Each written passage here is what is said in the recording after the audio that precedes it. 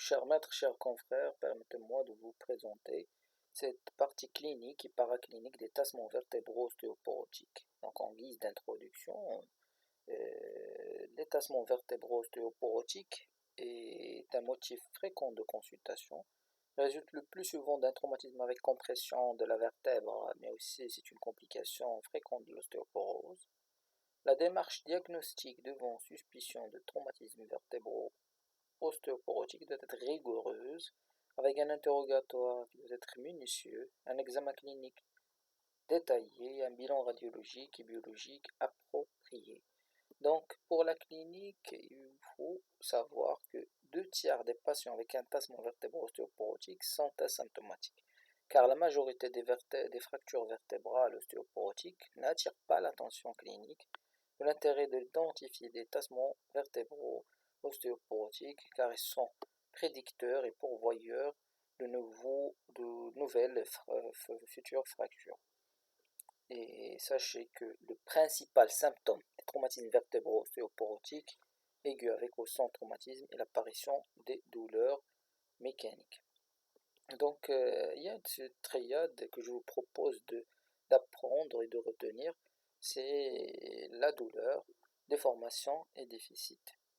Donc, c'est vrai que cette triade n'est pas bien évidemment spécifique des traumatismes vertébro-ostéoporotiques, mais elle laisse suspecter le diagnostic, surtout chez un patient âgé, connu ostéoporotique ou ayant certains facteurs de risque de l'ostéoporose.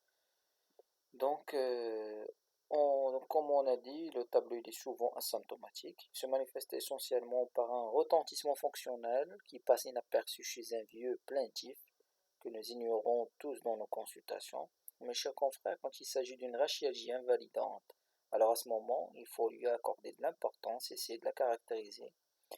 Le plus souvent, c'est une douleur mécanique intense avec plus ou moins des facteurs déclenchants et qui peut entraîner une gêne à la marche avec irradiation tout au long de la colonne vertébrale. Il évolue en moins de 3 mois et il peut disparaître sur une période de 6 à 12 semaines. Parfois, le tableau est chronique, avec des rachialgies chroniques séquelaires d'un tassement survenant plus de 3 mois. Donc, deuxième signe clinique, c'est la déformation. Ça ne passe pas inaperçu, bien évidemment, c'est pas comme la douleur, mais il peut évoluer progressivement et discrètement, avec au début une légère diminution de la taille et une kyphose thoracique progressive. Donc à ce moment, si on constate une déformation, on examine le malade en le mettant sur le mur, comme vous voyez dans ce schéma, et on essaye de mesurer la distance occiput-mur. On peut avoir aussi un abdomen protubérant avec un espace côte-bassin qui devient inférieur de travers de doigts, réalisant le fameux signe de sapin, c'est-à-dire le malade se tient debout, mais il marche bossu. Et l'évolution, par la suite, est catastrophique, comme vous voyez dans cette image. Et à la fin, c'est une chaise roulante, qui attend le malade.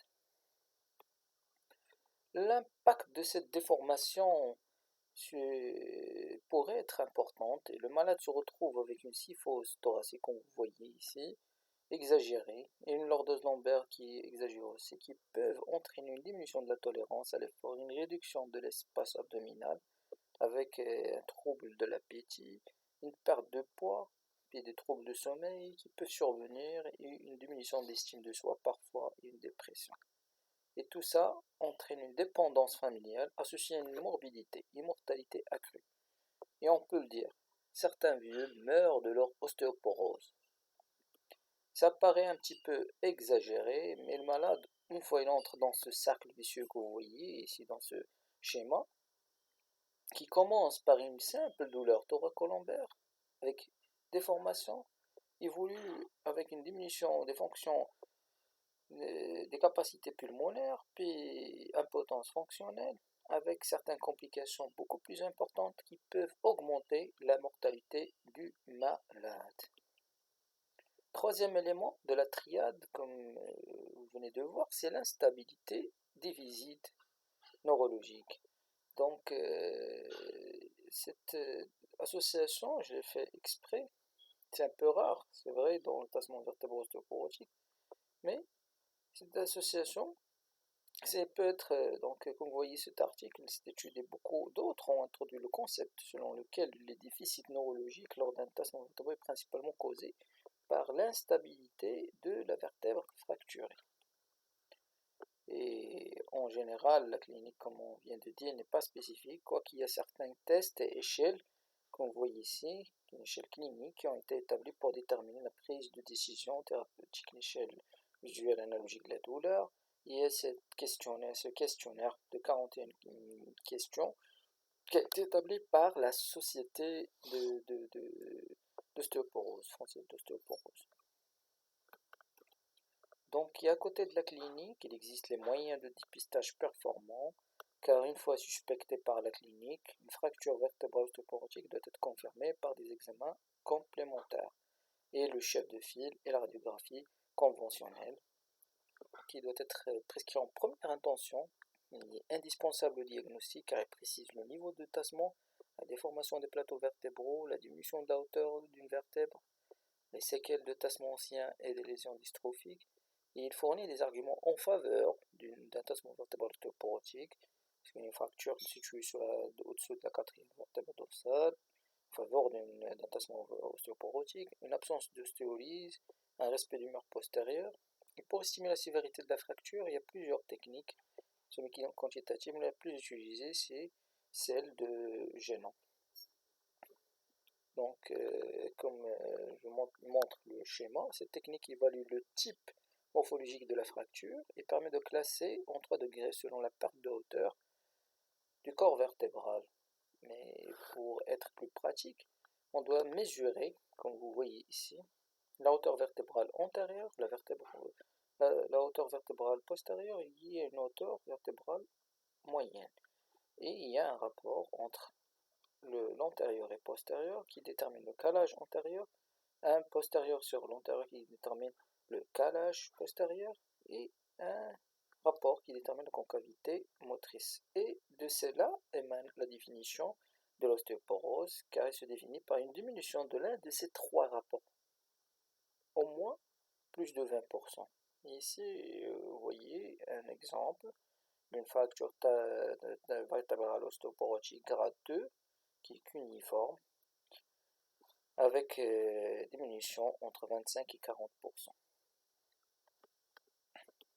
Et je reviens toujours à l'équilibre sagittal et aux paramètres pelviens.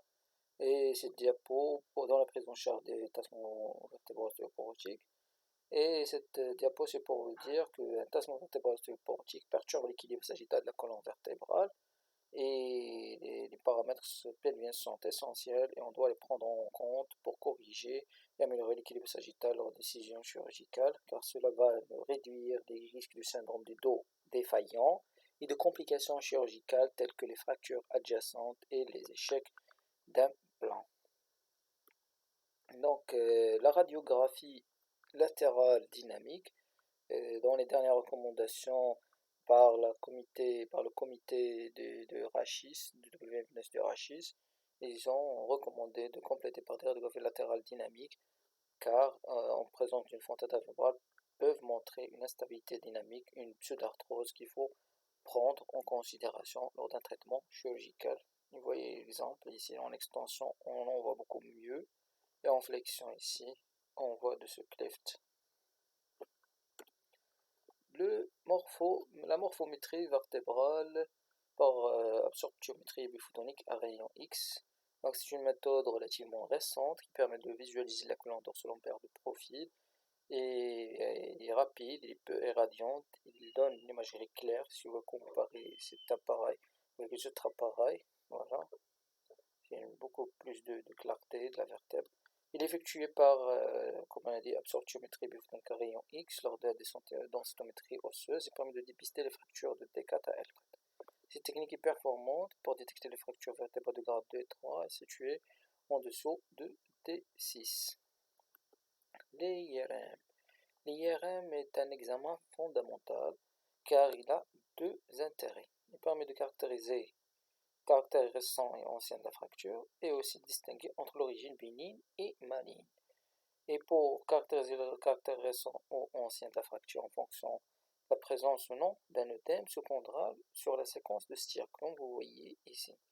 S'il y a présence de cet œdème, c'était hypersignal en Stirk, au niveau de la vertèbre, ça veut dire que c'est une fracture récente. Si absence, ça veut dire que c'est ancien.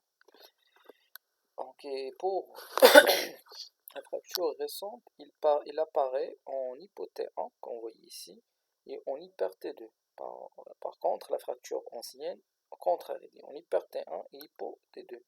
Si j'ai résumé un petit peu la différence entre un tassement vertébral bénin et un tassement vertébral malin. Un tassement vertébral bénin, comme vous voyez sur ces diagrammes, il intéresse la charnière dorsolaire plus souvent, avec une fracture plus souvent centrale et symétrique, homogène, respecte le mur postérieur et la corticale fracturée paraît est bien visible, avec une absence d'infiltration paravertébrale, au contraire d'un tassement suspect de malignité où il y a une atteinte paravertébrale, extravertébrale, avec une corticale qui est effacée et non visible, et signe d'ostéolyse, et atteinte du mur postérieur, avec une trame hétérogène. Et le plus souvent, c'est au niveau supérieur à D4. La TDM rachidienne, c'est aussi un examen très important, et là l'intérêt, s'il y a un contre-indiqué ou non indispensable. Sur les dernières recommandations, la TDM est largement utilisée pour détecter les fractures vertébrales cliniquement soupçonnées, et la sensibilité est de 13 à 35%. Il peut être amélioré par les reconstructions sagittales coronales et 3D. Les ensembles de données de volumétrie peuvent être utilisés pour analyser les macros et la microstructure des corps vertébraux. Et la principale limite de cette technique, de cet examen, c'est le coût et la dose du rendement qui est élevé par rapport aux autres examens demandés. Mais ici, vous voyez qu'il permet une meilleure visualisation des corticales. Aussi, il recherche une destruction au niveau de l'os spongieux d'un pédicule. Il a montré sa supériorité par rapport au radius standard.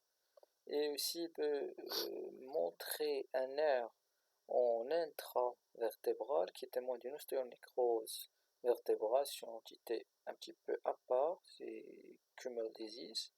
Et la présence de cette terre en intravertébrale, c'est un mauvais point, ça montre un mauvais pronostic, c'est-à-dire qu'il y a une tendance à l'effondrement vertébral.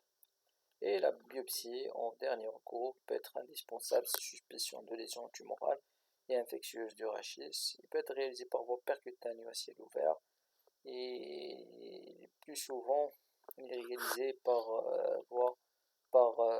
ponction percutanée du fait de l'amélioration de nouvelles méthodes de guidage qui peuvent contribuer à améliorer l'efficacité et l'innocuité de la méthode.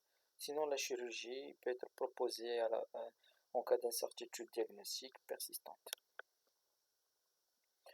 Donc, et le bilan biologique, donc pour chaque déformation vertébrale, donc on doit demander un bilan biologique de calcium, phosphorémie, vitamine D et créatinémie avec B-Cross-Labs. Donc, ici, suspicion de maladie oncologique, on peut compléter par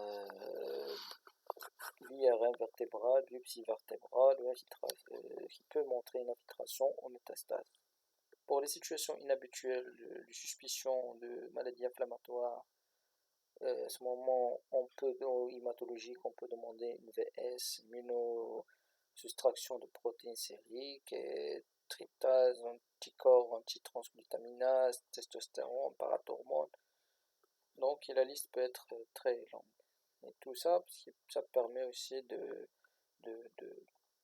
différencier avec les autres causes. Et merci pour votre attention.